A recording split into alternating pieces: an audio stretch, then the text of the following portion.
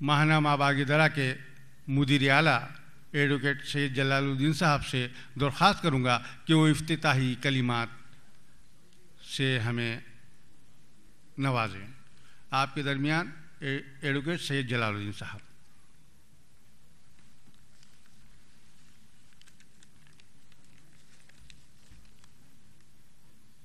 صدر نشین اجلاس ڈاکٹر آنند موہن زوتشی گلزار دہلوی نظامی صاحب، ہمارے درمیان صوبہ مہاراشٹر کی انتہائی قداور سیاسی شخصیات محترم جینت پاٹل صاحب، کرپا شنکر سنگھ بمعروف بھیا، نریندر ورما جی، بامبے مرکنٹائل کوآپریٹو بینک کے مینیجنگ ڈائریکٹر جناب ڈاکٹر شاہ عالم خان صاحب، ڈاکٹر اے آر اندرے صاحب معروف سرجن، ڈاکٹر محمد علی پاٹنکر صاحب، ایڈوکیٹ یاسین مومن صاحب اور شورائے کرام، بالخصوص طریقے سے بھائی ملک زادہ جاوید صاحب، اور ابھی جو ہمارے درمیان آج کے اس پروگرام کو کنڈکٹ کریں گے انور جلال پوری صاحب، حقان پوری صاحب، حبیب ہاشمی صاحب، محترمہ نصرت مہدی صاحبہ اور تمامی شورائے کرام، ان سب کا میں انتہائی ادب و احترام کے ساتھ اور آپ کا خیر مقدم کرتا ہوں۔ چند سطور لکھ کے لایا ہوں جو آپ کے درمیان پڑھ کے بیٹھ جاؤں گا، جس سے کہ زیادہ دیر تک آپ کے درمیان سماع خراشی کا بموجب نہ رہوں۔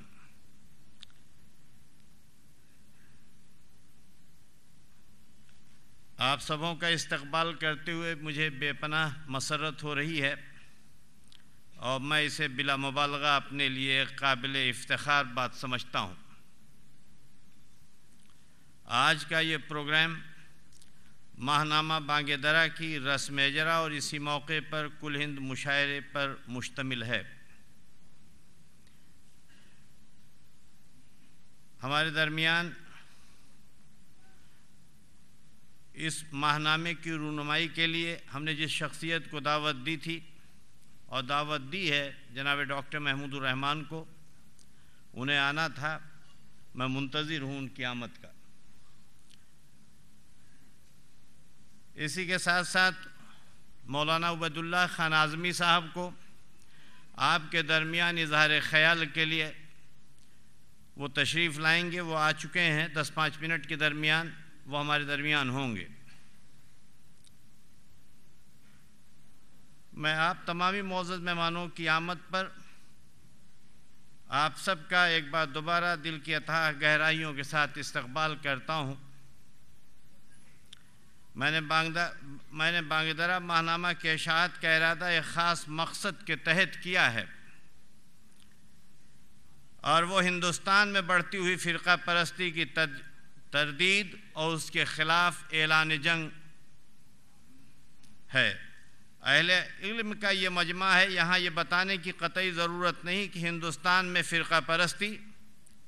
ہماری صدیوں پرانی مشترکہ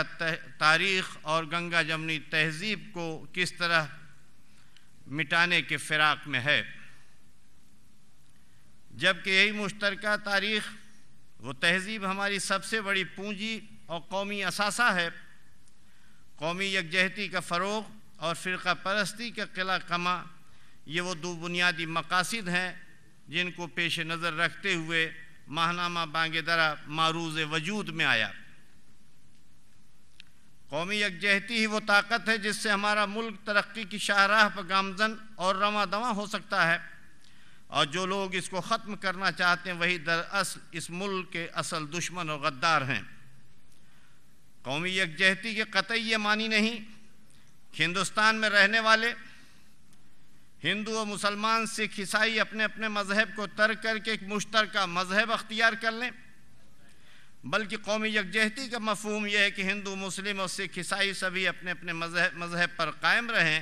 لیکن جب ملک پر کوئی افتاد پڑے یا کوئی آفت آئے تو سبھی اپنی علیحدہ مذہبی شناخت کے باوجود ملک کے تحفظ اور اس کی بقا کے لیے متحد ہو جائیں۔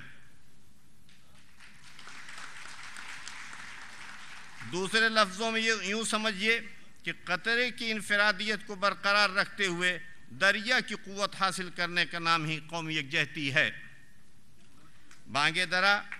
اسی انفرادیت کو برقرار رکھتے ہوئے کہ اجتماعی ذمہ داری کے شعور کو فروغ دینا چاہتا ہے،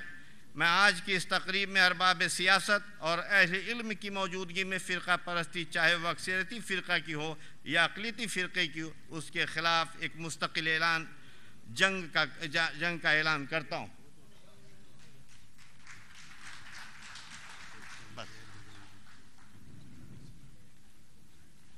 میں ہمارے درمیان دو انتہائی محترم معزز مہمان تشریف لائے،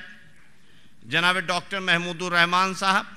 سابق وائس چانسلر علی گڑھ مسلم یونیورسٹی اور chairman Bombay mercantile cooperative bank, اور ساتھ ہی میں جناب منور رانا صاحب بھی تشریف لائے ہیں۔ میں ان تمام صاحبان کا انتہائی ادب و احترام کے ساتھ ان کا خیر مقدم کرتا ہوں اور ان کی آمد پر انہیں خوش آمدید کہتا ہوں۔ میں آج کی اس تقریب میں ارباب سیاست اور اہل علم کی موجودگی میں فرقہ پرستی، چاہے وہ اکثریتی فرقہ پرستی ہو یا اقلیتی فرقہ پرستی، اس کے خلاف ایک مستقل جنگ کا اعلان کرتا ہوں، اور آپ سبھی حضرات سے بانگ درا کی اس جد و جہد میں تعاون کی درخواست کرتا ہوں۔ میں اپنے شورائے کرام کا بھی مشکور ہوں کہ انہوں نے ہماری دعوت قبول کی اور اپنی شرکت سے ہماری عزت افزائی فرمائی۔ گو کہ میں سب سے آخر میں ان کا ذکر کر رہا ہوں،